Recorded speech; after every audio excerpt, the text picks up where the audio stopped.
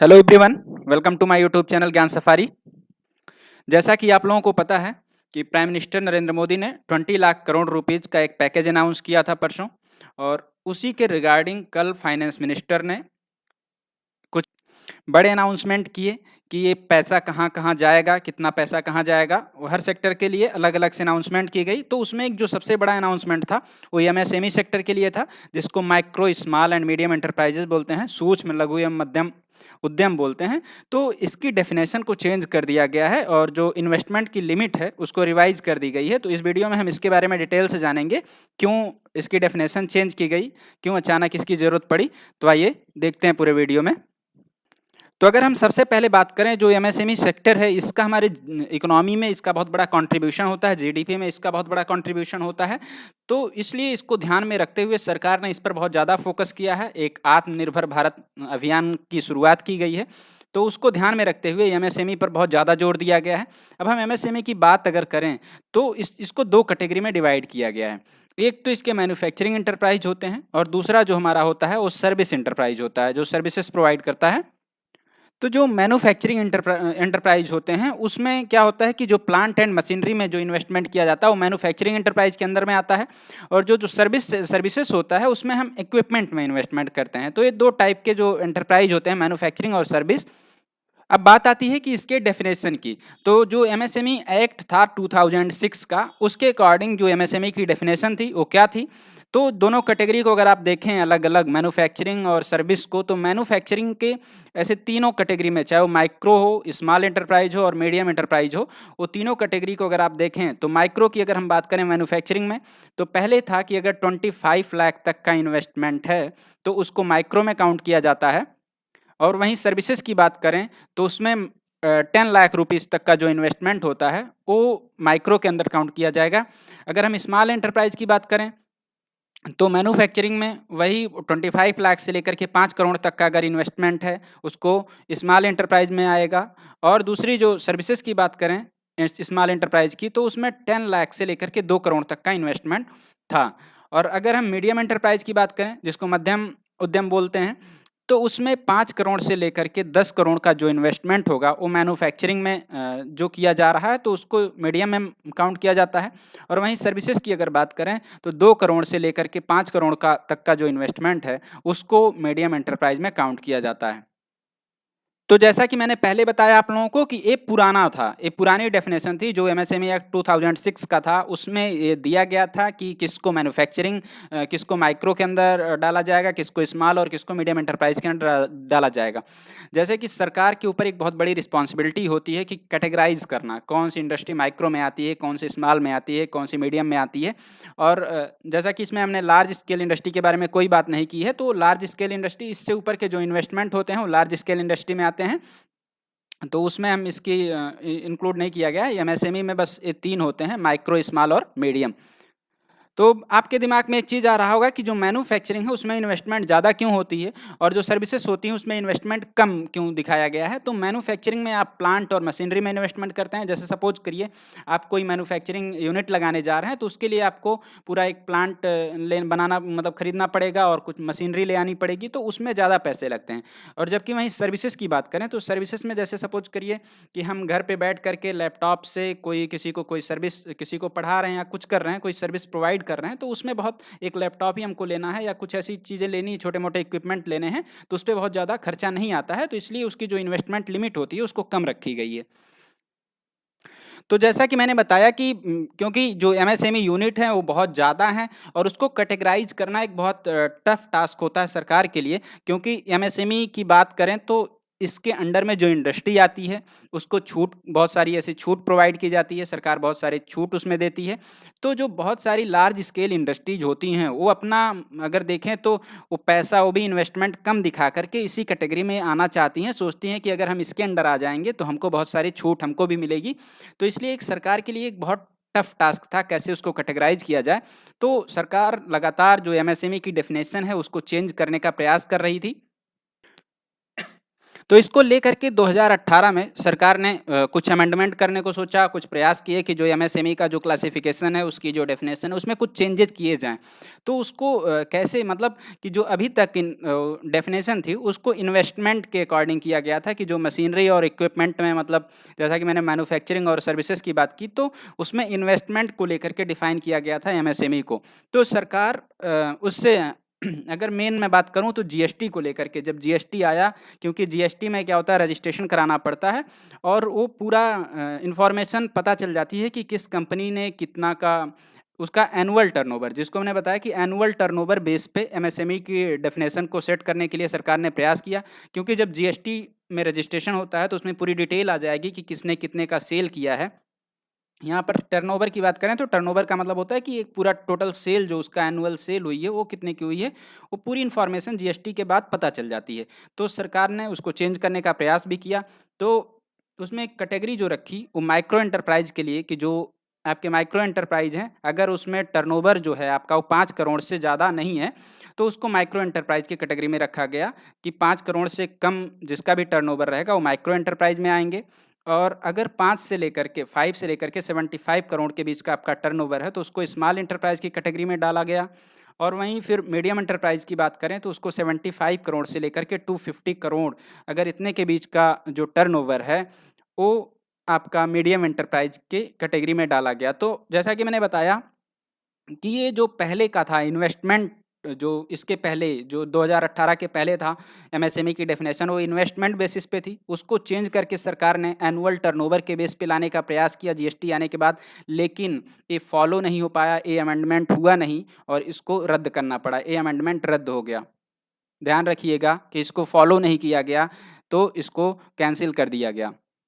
लेकिन इसके कुछ फ़ायदे भी थे कि जो अगर एनुअल टर्नओवर के बेसिस पे होता, तो होता क्या कि जैसे आपको मैंने पहले बताया कि बहुत सारे ऐसी लार्ज स्केल इंडस्ट्रीज़ हैं, उनका अगर इन्वेस्टमेंट ज़्यादा होता था, लेकिन वो दिखाते कम थे और दिखा करके अपना एमएसएमई में आना चाहते थे, क्योंकि यहाँ पर उसको बहुत सारी बेनिफिट मिल जाती है। टैक्स में छूट हो गया, अभी हम आगे बताएँगे क्या-क्या छूट मिलती है। तो इस वजह से वो इसमें आना चाहते थे। तो एनुअल टर्नओवर बेसिस पे जब सरकार ने करने का सोचा, तो जैसा कि मैंने पूरी डिटेल बताई, लेकिन उसमें सक्सेसफुल नहीं हुई। अगर ऐसा यहाँ पर हो गया होता, तो जो बहुत सारी ऐसी इंडस्ट्रीज़ हैं जो इलीगल तरीके से एमएसएमई का फ़ायदा उठाती हैं, मतलब इंडस्ट्रीज़ का मतलब जैसे मैंने बताया बहुत सारे ऐसे प्लांट है, उनका इन्वेस्टमेंट ज़्यादा का होता है, लेकिन वो दिखाते कम हैं और करके यहाँ पर एमएसएमई में आ जाते हैं और उसका बेनिफिट उठाते हैं।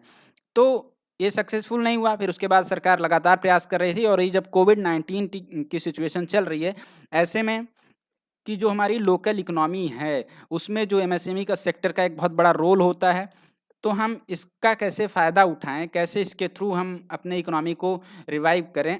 जो हमारे माइग्रेंट बहुत सारे लोग माइग्रेंट वर्कर हैं, वो यहाँ एक स्थान से दूसरे स्थान पे आ रहे हैं, तो उनका कैसे हम यूज़ करें, इन सब चीज़ों को ध्यान में रख कर के सरकार ने एमएसएमई की जो डेफ़िनेशन है, उसको चेंज किया। और चेंज करके ये जो आपका इन्वेस्टमेंट बेसिस और एनुअल टर्नओवर बेसिस दोनों को एक साथ कंबाइंड करके ले आए हैं कि अब दोनों चीज़ों को देखा जाएगा, जिससे कि यहाँ पर एक तो जो इरेगुलरिटी कुछ देखने को मिल रही थी, उसको भी कंट्रोल किया जाएगा, और जो इन्वेस्टमेंट क्राइटेरिया है, इसको बढ़ा दिया गया। जैसा कि मैंने पहले बताया कि इन्वेस्टमेंट क्राइटेरिया कम था, और उसको और बढ़ा दिया गया, जिससे ज़्यादा से ज़्यादा लोग ऐसी एमएसएमई इंडस्ट्री लगाएँ और हमारी इकोनॉमी में एक इम्पॉर्टेंट रोल प्ले करें।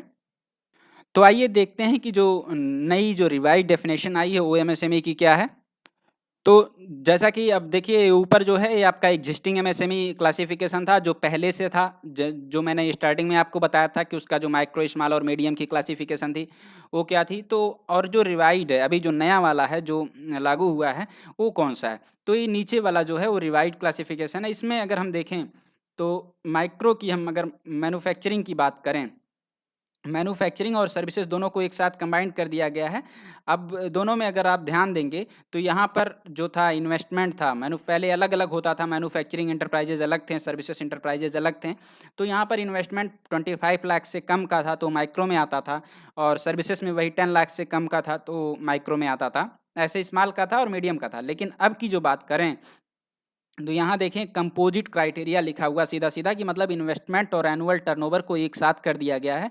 तो अगर हम और दूसरी बहुत ध्यान देने वाली चीज़ है कि ये जो माइक्रो का अगर आप देखें कि अगर 1 करोड़ से कम का इन्वेस्टमेंट है, तो आपका माइक्रो के अंदर आएगा और जो टर्नओवर बेसिस पे अगर हम उसी चीज़ को देखेंगे तो 5 करोड़ से कम का अगर टर्नओवर है, तो आपका वो माइक्रो के अंदर आएगा।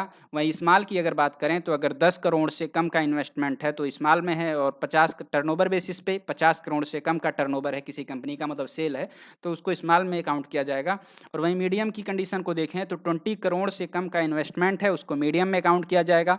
और अगर टर्नओवर बेसिस पे देखना है तो 100 करोड़ से कम का अगर टर्नओवर है तो उसको मीडियम में काउंट किया जाएगा। तो सिंपल सी बात है कि अगर हम दोनों को कंपेयर करें, जैसे मीडियम की पहले हम बात करें कि क्या था कि अगर 10 करोड़ से कम का इन्वेस्टमेंट तो और उसको बढ़ा करके 20 करोड़ कर दिया गया है। तो सिंपल सी बात है कि पहले कोई 10 करोड़ का इन्वेस्टमेंट करता था वो तो मीडियम में आता था और अब उसको स्मॉल में काउंट किया जाएगा। अगर 10 करोड़ से कम का इन्वेस्टमेंट है तो इसका स्मॉल में आएगा। तो इसका एक फ़ायदा मिला कि जो ऐसे इन्वेस्टमेंट थे उनकी कैटेगरी चेंज हो गई है। तो मीडियम की जो लिमिट थी उसको भी बढ़ा दिया गया है, तो उसको 20 करोड़ कर दिया गया है। तो मैं सिंपल सी अगर एक एग्जांपल के साथ एक बात बताऊँ कि सपोज़ कर लेते हैं कि नाथन एंड को नाम का एक कोई कंपनी थी, उसका इन्वेस्टमेंट पहले जो था वो 15 करोड़ रुपीज़ का था, तो लार्ज स्केल इंडस्ट्री में आता था क्योंकि अगर हम इन्वेस्टमेंट क्राइटेरिया पे देखें तो 10 करोड़ से ऊपर का जो इन्वेस्टमेंट था, उसको लार्ज में काउंट किया जाता था। तो अब उसको यहाँ पर मीडियम में काउंट किया जाएगा क्योंकि वो 15 करोड़ है और 20 करोड़ से कम का इन्वेस्टमेंट है, तो उसको मीडियम में काउंट किया जाएगा और मीडियम में उसको बहुत सारे बेनिफिट मिलेंगे। बहुत सारी छूट उसको मिलेगी। तो ये सिंपल सा इसका बहुत एक फ़ायदा हुआ इस डेफ़िनेशन को चेंज होने से। तो अगर हम बेनिफिट की बात करें कि benefit for companies under MSME, जो एमएसएमई के अंदर कंपनीज़ आती हैं उसको बेनिफिट क्या मिलता है? क्योंकि बहुत सारी जो कंपनियाँ जैसे कि मैंने पहले आपको बताया तो इसके अंदर आना चाहती तो क्यों आना चाहती? उनको क्योंकि बहुत सारी छूट मिलती है। जैसा कि पहला प्रायोरिटी लेंडिंग कि अगर कोई भी एमएसएमई उस जो है एमएसएमई सेक्टर के अंदर अगर कोई कंपनी आती है तो उसको अगर लोन चाहिए तो उसको प्रायोरिटी दी जाती है, उसको सबसे पहले लोन दिया जाता है और जो लोन दिया जाता है उस पे इंटरेस्ट रेट बहुत कम लगाया जाता है। और उनको छूट भी बहुत सारी दी जाती है उसको लेकर के जो उसका इनको इंटरेस्ट पे करना है, वो उसके लिए कुछ बीच में गैप दे दिया जाता है कि इतने टाइम तक आपको इंटरेस्ट नहीं देना पड़ेगा, ऐसी छूट दी जाती है। इनकम टैक्स के लिए भी बहुत छूट दी जाती है, इस पे इनकम टैक्स कम लगाया जाता है या बहुत ऐसी छूट इनकम टैक्स से रिलेटेड भी छूट मिलती है। और एक्सपोर्ट प्रमोशन के लिए जैसे सपोज करिए कि एमएसएमई सेक्टर की अगर कोई भी इंडस्ट्री है, वो अगर कोई प्रोडक्ट तैयार करती है तो उसको एक्सपोर्ट करना है, तो उसको एक्सपोर्ट करने के लिए हमको प्रमोशन की ज़रूरत होती है और प्रमोशन में जो सरकार होती है वो हेल्प करती है कि कैसे इनके प्रोडक्ट को बेचा जाए या इन सब में मार्केटिंग में हर चीज़ में सरकार का हेल्प मिलता है। तो इससे इंडस्ट्री को बहुत फ़ायदा भी होता है। और इंफ्रास्ट्रक्चर को लेकर के, इंफ्रास्ट्रक्चर डेवलपमेंट को लेकर के जो भी ज़रूरत पड़ती है, उसको फिर से नया इंफ्रास्ट्रक्चर क्रिएट करना या इंफ्रास्ट्रक्चर को अपग्रेड करना, तो उसमें भी सरकार की तरफ से हेल्प मिलती है। और भी ऐसे बेनिफिट हैं, जैसे यहाँ पर देखिए, उसमें रजिस्ट्रेशन को लेकर के जो बेनिफिट एमएसएमई के क्या-क्या होते हैं, collateral free loan from bank, जो बैंक से लोन मिलता है, उसके अगेंस्ट क्या होता है, हमको सिक्योर जैसे बैंक में हम लोन लेने जाते हैं, तो सिक्योरिटीज़ हमको देनी पड़ती हैं कि हाँ, हमारा मतलब कुछ ऐसी जैसे जिसको गिरवी बोलते हैं, तो वो चीज़ यहाँ पर एमएसएमई के अंदर अगर रजिस्ट्रेशन हम करवाने जाते हैं तो उस पे सिक्योरिटीज़ हमको नहीं देनी पड़ती है। और जो होता है उसमें हमको सब्सिडी मिलती है पेटेंट को लेकर के या ट्रेडमार्क रजिस्ट्रेशन जो होता है, पेटेंट किसी प्रोडक्ट को हम पेटेंट करवाएँगे या ट्रेडमार्क रजिस्ट्रेशन करवाते हैं तो वहाँ पर भी 50% सब्सिडी हमको मिलती है। और भी बहुत सारे ऐसे जो स्पेशली गवर्नमेंट टेंडर निकालती है, तो बहुत सारे ऐसे टेंडर होते हैं वो एमएसएमई के लिए होते हैं, एमएसएमई को ध्यान में रख कर के निकाला जाता है। तो ये सब ऐसे बेनिफिट होते हैं जो एमएसएमई कंपनीज़ के लिए होते हैं, तो ये बहुत इम्पोर्टेंट चेंज किया गया है। बात आती है कि एमएसएमई का देखिए एक बहुत बड़ा रोल होता है। एमएसएमई को हमारे जो इंडियन इकोनॉमी है, इकोनॉमिक स्ट्रक्चर का एक बैकबोन कहा जाता है क्योंकि लगभग 63.4 मिलियन यूनिट्स हैं इसकी। अब इतनी यूनिट है इसका मतलब बहुत सारे लोग इसमें काम कर रहे हैं, एम्प्लॉयमेंट बहुत बड़ा एक जनरेट होता है इससे। और इसका अगर एमएसएमई का कंट्रीब्यूशन देखा जाए तो 6.11% ऑफ मैन्युफैक्चरिंग जीडीपी, जो जीडीपी मैन्युफैक्चरिंग जीडीपी उसका 6.11% जो कंट्रीब्यूशन होता है एमएसएमई का होता है। और वहीं सर्विसेज एक्टिविटीज़ की बात करें तो उसका 24.63 लगभग 25% कंट्रीब्यूशन है। तो टोटल आप देख रहे हैं तो कितना बड़ा एक इम्पॉर्टेंट रोल है और लगभग एम्प्लॉयमेंट इसमें 120 मिलियन पर्सन, लगभग 120 मिलियन पर्सन है जिसको इसमें एम्प्लॉयमेंट हुआ है। और जो एक्सपोर्ट होता है हमारा 45% ओवरऑल जो एक्सपोर्ट होता है इंडिया से, उसमें जो हमारा एमएसएमई का एक बहुत बड़ा इंपॉर्टेंट एमएसएमई सेक्टर से ही होता है। और इसकी जो एमएसएमई की ग्रोथ पिछले सालों में रही है, वो लगभग 10% के आसपास रही। बहुत तेज़ी से एमएसएमई सेक्टर जो हमारा वो बढ़ रहा है। और जो अगर हम देखें एमएसएमई को कैटेगराइज जो किया गया, उसमें कहा गया कि around 20%, about 20% of MSMEs are based out of rural area. तो जो 20% एमएसएमई कंपनी जो रूरल एरिया में हैं, जो कि उसमें अगर आप देखें तो क्योंकि अगर ग्राउंड लेवल पर बात करें, रूरल एरिया में बात करें, तो वहाँ पर एम्प्लॉयमेंट की बहुत ज़्यादा ज़रूरत होती है। तो ऐसे में अगर एमएसएमई सेक्टर गाँव में है, तो एक बहुत बड़ा रोल प्ले करती हैं। रूरल जो लोग हैं, उनको कैसे इसमें इन्वॉल्व किया जाता है इकोनॉमिक डेवलपमेंट के प्रोसेस में। तो जो हमारा इंक्लूसिव डेवलपमेंट जिसको बोलते हैं, या लार्ज स्केल एम्प्लॉयमेंट जनरेट होता है, तो स्पेशली इन रूरल एरियाज़, क्योंकि ज़्यादा जो 20% है रूरल एरिया में। और सच्चाई भी है कि जो एमएसएमई सेक्टर होता है ज़्यादातर रूरल एरियाज़ में ही होता है। तो अगर हम, जैसे हमने बताया कि 63.4, लगभग 63.4 मिलियन जो कंपनीज हैं आपकी एमएसएमई के अंदर आती हैं, तो उसमें अगर हम स्टेट वाइज कैटेगरी को देखें, तो सबसे ज़्यादा जो हमारा उत्तर प्रदेश में है। उत्तर प्रदेश में जो एमएसएमई का कंट्रीब्यूशन है, वो लगभग 14% के आसपास है। तो 89.99 इतनी लाख इंडस्ट्रीज उत्तर प्रदेश में है। नंबर 2 पे वेस्ट बंगाल है, नंबर 3 पर तमिलनाडु है, नंबर 4 पर महाराष्ट्र है। तो ऐसे करके मतलब टॉप सबसे ज़्यादा जो एमएसएमई इंडस्ट्रीज हैं, वो उत्तर प्रदेश में ही। और उत्तर प्रदेश गवर्नमेंट लगातार जैसे ODOP, one district one product initiative इसमें लॉन्च किया हुआ है। तो इसमें कैसे बहुत सारे जो एमएसएमई हैं, सेल्फ हेल्प ग्रुप हैं, उनको कैसे इन्वॉल्व किया जाए, तो उत्तर प्रदेश गवर्नमेंट इसको लगातार प्रमोट कर रही है। और उसका रिजल्ट भी यहाँ देखने को मिल रहा है कि जो आंकड़े बताते हैं उसके अकॉर्डिंग कि लगभग 90% जो एमएसएमई मतलब 90 लाख के आसपास जो एमएसएमई इंडस्ट्री हैं, वो उत्तर प्रदेश में, और 15% के आसपास उसका शेयर है। तो ये एक पूरा स्टैटिक्स मतलब ये एमएसएमई के बारे में क्यों उसकी डेफिनेशन चेंज की गई, क्या था, और नई डेफिनेशन क्या होगी, मैंने पूरा एक्सप्लेन किया अच्छे से। उम्मीद है कि आपको वीडियो समझ में आया होगा अच्छे से। और वीडियो अच्छा लगा हो तो लाइक करिएगा, शेयर करिएगा और चैनल को सब्सक्राइब करिएगा। Thank you.